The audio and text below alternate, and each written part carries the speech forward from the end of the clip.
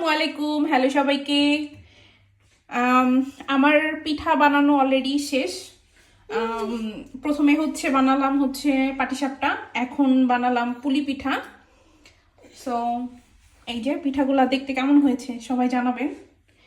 এখন পিঠা ভাজবো, এখানে প্যান দিয়ে দিছি চুলাতে, একটু গরম হলে তেলটা দিয়ে দিব, দেন পিঠাগুলা ভেজে নিব।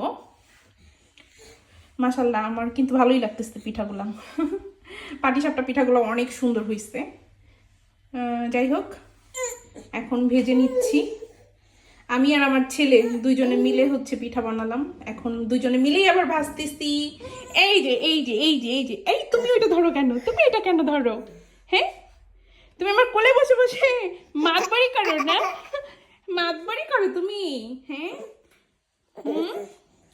তো যাই হোক, এই যে এখন ভেজে নিচ্ছি পিঠাগুলা। ওকে, আল্লাহ হাফেজ।